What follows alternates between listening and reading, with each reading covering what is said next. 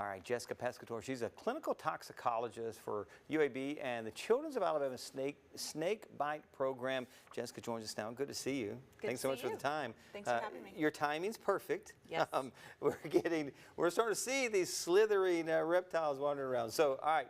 I've got these questions, and some was collected from our newsroom. These are questions our newsroom wanted to ask of you. Okay, First of all, so do snakes really love this warm weather, and is that what is drawing them out? They do. Okay. Typically in the colder weather, they will go into what we call brumation, where everything just slows down. And then as things warm up, just as we like to enjoy the outdoors and enjoy those activities, so do snakes. So we are more likely to encounter them in our outdoor activities. All right. So if this happens, hopefully it does not, but what should you do if you are bitten by a snake? Right. Well, there's a number of things we're going to go through, but what's most important is actually to think of what not to do. Good. So there are several things that we would advise against. These are things like applying heat or ice to the wound, applying any type of form-fitting or tight device, things like a tourniquet or restrictive clothing. On that note, you would want to remove any jewelry or restrictive clothing from the area of the bite site. You also would not want to attempt to cut the wound or suck out the venom, things that sometimes we see in the movies or might read online. Those are actually things that can be more harmful, in fact, and worsen the wound. Now, what you do want to do is stay calm. Thankfully, here in Alabama, we have a number of resources and a number of experts who know exactly what to do to get you through the process of a snake bite.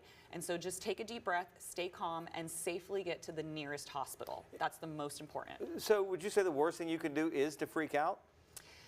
Yes. I mean, yeah, and that's hard to do because you just got bit by a snake. Correct, right? correct. And it's human nature to panic initially, but when we are panicked and somewhat in a kind of frantic a state, you might forget some of these things. Now, in that sense, what is important to remember is the number to your local poison center. So the Alabama Poison Information Center can be reached at 1-800-222-1222. We always recommend everyone just program that into their phone. They don't have to memorize it or put a sticker on their phone. And if you call us, our specialists can actually give you all of these tips, give you all the advice. Kind of walk you through it. Exactly. Keep you calm. All right. So what is a good way to tell the snakes to fear and the ones that you need not fear? Is there a good tip? There is. We have a diverse snake population here in Alabama, but there are 6 that are actually venomous, and those are going to be the ones we are more concerned about. The most common ones are within what we call the pit viper class. So this includes rattlesnakes, copperheads, and cottonmouths. The most common snake bite we actually see here across the state is actually from a copperhead. Those are very, very common here. Now, signs to look out for that would indicate you were in fact envenomated are usually things like immediate pain and very significant swelling. Sometimes that can be accompanied by bruising or even blisters, but pain and swelling is a sure sign that you probably have some venom in your system. This is so interesting. We could go on. I've got so many questions, but less than a minute remaining. What if you were to leave our viewers with a final thought, what would that be? The final thought is we know how to manage snake bites here in Alabama. While it is a very scary thing, our hospitals can take care of you. Our poison centers know how to guide our clinicians to take care of you. And we have excellent resources, including a clinic you can go to after your discharge to follow up to help with the recovery. It is very, very low risk for a fatality.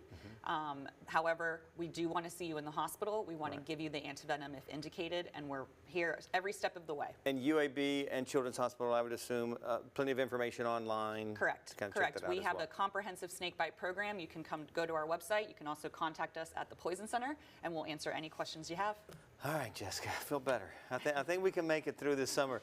Thanks so much. Absolutely. Thanks for joining us, and thanks for what you do, for sure.